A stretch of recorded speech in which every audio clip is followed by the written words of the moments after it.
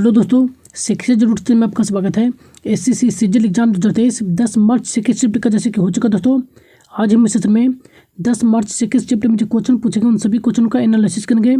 ये सभी जो क्वेश्चन होंगे दोस्तों 100% रियल एवं ऑथेंटिक क्वेश्चन होंगे, तो सेशन को पूरा जरूर देखेगा दोस्तों।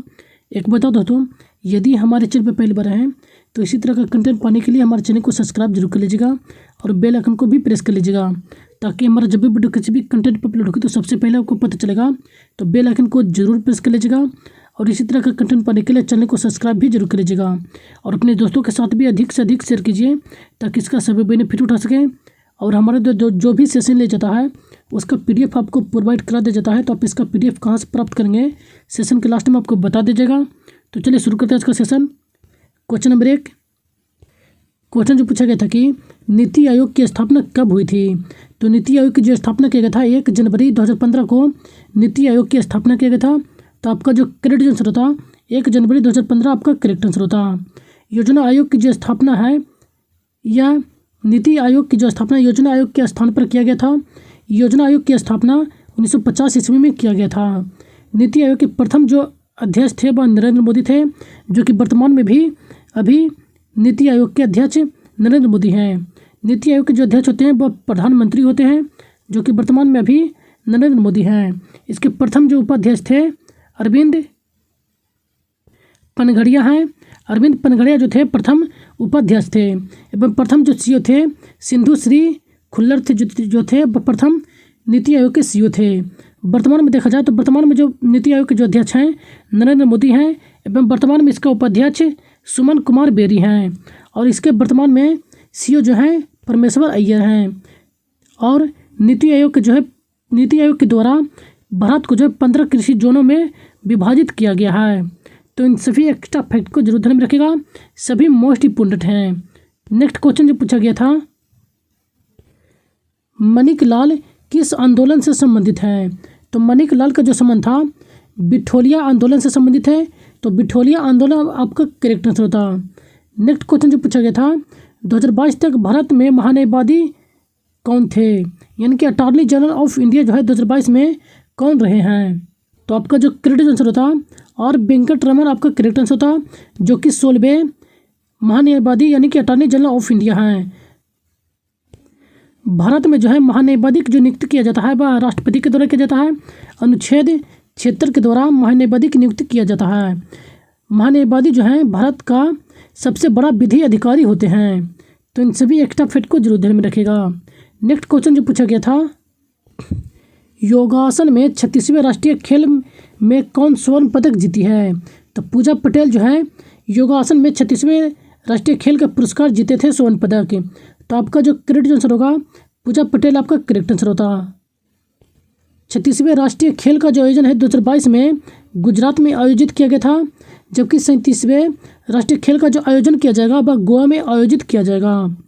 36वें राष्ट्रीय खेल में सबसे अधिक जो स्वर्ण पदक जीता गया था वह सर्विसेज के द्वारा जो है जीता गया था, जबकि ओवरऑल देखा जाए तो सर्वाधिक जो पदक जीता गया था वह महाराष्ट्र राज्य के द्वारा जीता गया था।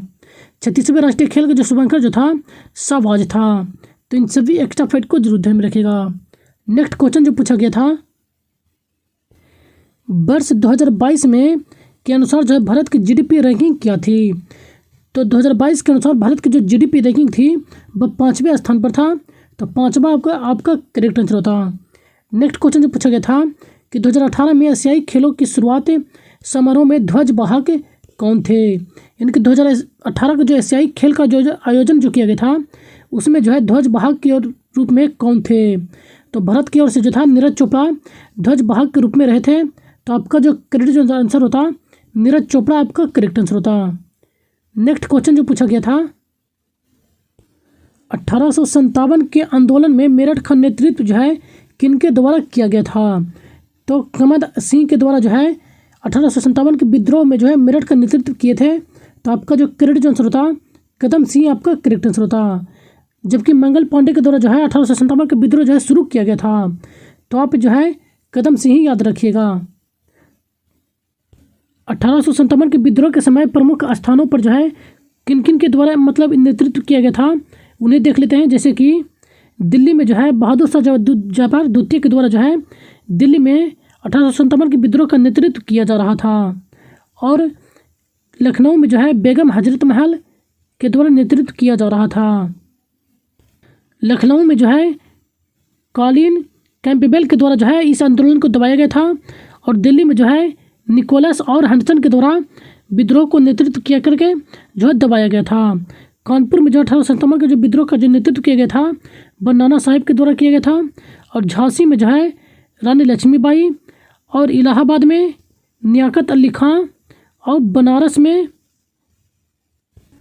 जनसाधारण और बिहार में जो है वीर कुंवर सिंह, पंजाब में जनसाधारण और फतेहपुर में अली मुल्ला और फैजाबाद में मौलवी अहमद उल्ला और बरेली में जो है खान बहादुर खां के द्वारा जो है 1857 के विद्रोह का नेतृत्व किया गया था। झांसी में जो है 1857 के विद्रोह को जो है हुरोज के द्वारा दबाया गया था और कर्नल नील के द्वारा जो है इलाहाबाद में 1857 के विद्रोह को दबाया गया था। तो ये सभी जो है अंग्रेजी है जिनके द्वारा जो है 1857 के विद्रोह को दबाया गया है, तो इन्हें भी एक बार ज़रूर देख लीजिएगा, जिनका भी नेक्स्ट डे में आने वाला एग्जाम है। नेक्स्ट क्वेश्चन जो पूछा गया था, पारस की पहाड़ी घाटी जो है किस राज्य में स्थित है? तो पारस की जो पहाड़ी घाटी है वह झारखंड राज्य में स्थित है, तो झारखंड राज्य आपका करेक्ट आंसर होता। संवेद शिखर जो कि जैन तीर्थों से संबंधित है, यह झारखंड राज्य में स्थित है। छोटा नागपुर का पठार यह भी झारखंड राज्य में स्थित है। छोटा नागपुर के पठार को भारत का रूर के नाम से भी जाना जाता है। झारखंड में स्वर्ण रेखा नदी जो है यहीं पर हुंडरू जलप्रपात स्थित है। झारखंड का प्रमुख आदिवासी त्यौहार जो है सरहुल मनाया जाता है, तो ये मोस्ट फेमस त्यौहार है, तो इन्हें जरूर ध्यान में रखेगा। यूरेनियम की खान जो है जादूगोड़ा झारखंड राज्य में स्थित है। झारखंड को जो है बिहार से 15 नवंबर 2000 ईस्वी को अलग करके एक नए राज्य के रूप में गठन किया गया था और इसी 2000 ईस्वी में जो है 1 नवंबर को छत्तीसगढ़ को और 9 नवंबर को उत्तराखंड का गठन किया गया था। जिसमें गठन किया गया था उस समय जो है इसका नाम जो था उत्तरांचल था, उसके बाद जो इसका उत्तराखंड नाम कर दिया गया था। तो इन सभी एक्स्ट्रा फैक्ट को जरूर ध्यान में रखेगा। नेक्स्ट क्वेश्चन जो पूछा गया था, प्रथम मुस्लिम शासिका कौन थी? तो प्रथम मुस्लिम शासिका जो थी रजिया सुल्तान थी। तो आपका जो करेक्ट आंसर होता रजिया सुल्तान आपका करेक्ट आंसर होता। रजिया सुल्तान जो थी इल्तुतमिश की पुत्री थी। रजिया सुल्तान का जो शासनकाल था वह 1236 से लेकर 1240 ईस्वी तक जो है दिल्ली सल्तनत पर शासन किए थे। दिल्ली सल्तनत पर जो कुल 5 राजवंशों ने शासन किया था। ये जो 5 वंश हैं गुलाम, खिलजी, तुगलक, सैयद और लोदी, इसी क्रम में इसको याद रखिएगा। कभी कभी जो है क्रम भी पूछ लिया जाता है। यानी दिल्ली सल्तनत पर पहले शासन करने वाला पहला जो राजवंश था वह गुलाम वंश था और अंतिम वंश जो था लोदी वंश था। दिल्ली सल्तनत का जो समय काल था 1206 ईस्वी से 1526 ईस्वी तक था। 1526 ईस्वी में इब्राहिम लोदी की और बाबर के बीच जो युद्ध होता है, इसमें इब्राहिम लोदी की हार होती है। इसी के बाद जो है लोदी वंश समाप्त हो जाता है और मुगल वंश की स्थापना बाबर के द्वारा किया जाता है। सबसे अधिक समय तक जो है दिल्ली सल्तनत पर जो शासन किया गया था वह तुगलक राजवंश के द्वारा शासन किया गया था। मोहम्मद बिन तुगलक के समय में इब्न बतूता जो था यह भारत आए थे। इब्न बतूता के द्वारा जो है रेहला नामक पुस्तक लिखा गया था। यह भी मोस्ट फेमस किताब है, तो इसे जरूर ध्यान में रखेगा। यह जो है इब्न बतूता के द्वारा लिखा गया था। नासिरुद्दीन मोहम्मद तुगलक जो था इनके समय में तैमूर लंग ने भारत पर आक्रमण किया था 1398 ईस्वी में। 1398 ईस्वी में आक्रमण किया गया था तैमूर लंग के द्वारा। ये जो था मंगोलिया का शासक था। तो ये किस शासक कहाँ का था यह भी क्वेश्चन पूछे जाते हैं, तो तैमूर लंग के बारे में यह भी ध्यान में रखेगा। तो इन सभी एक्स्ट्रा फैक्ट को जरूर ध्यान में रखेगा, ये सभी मोस्ट इम्पोर्टेंट है। नेक्स्ट क्वेश्चन जो पूछा गया था, पीवी सिंधु ने कॉमनवेल्थ गेम 2022 में कौन सा पदक जीती थी? तो इनके द्वारा जो है स्वर्ण पदक जीता गया था। तो स्वर्ण पदक आपका करेक्ट आंसर होता। पीवी सिंधु एकमात्र शटलर जो कि कॉमनवेल्थ गेम में 3 पदक प्राप्त किए गए थे। 2022वां जो कॉमनवेल्थ गेम थे 2022 में बर्किंघम में आयोजित किया गया था। इनके 2022 में जो बर्किंघम इंग्लैंड में जो आयोजित किया गया था कॉमनवेल्थ, या 22वां कॉमनवेल्थ गेम था। कॉमनवेल्थ गेम 2022 में भारत में कुल 61 पदक प्राप्त किए थे और इस पदक तालिका में जो है चौथे स्थान पर भारत रहा था। भारत के द्वारा जो है 22 गोल्ड, 16 सिल्वर और 23 कांस्य पदक प्राप्त किए गए थे। सबसे अधिक पदक जो प्राप्त किया गया था वह ऑस्ट्रेलिया के द्वारा प्राप्त किया गया था।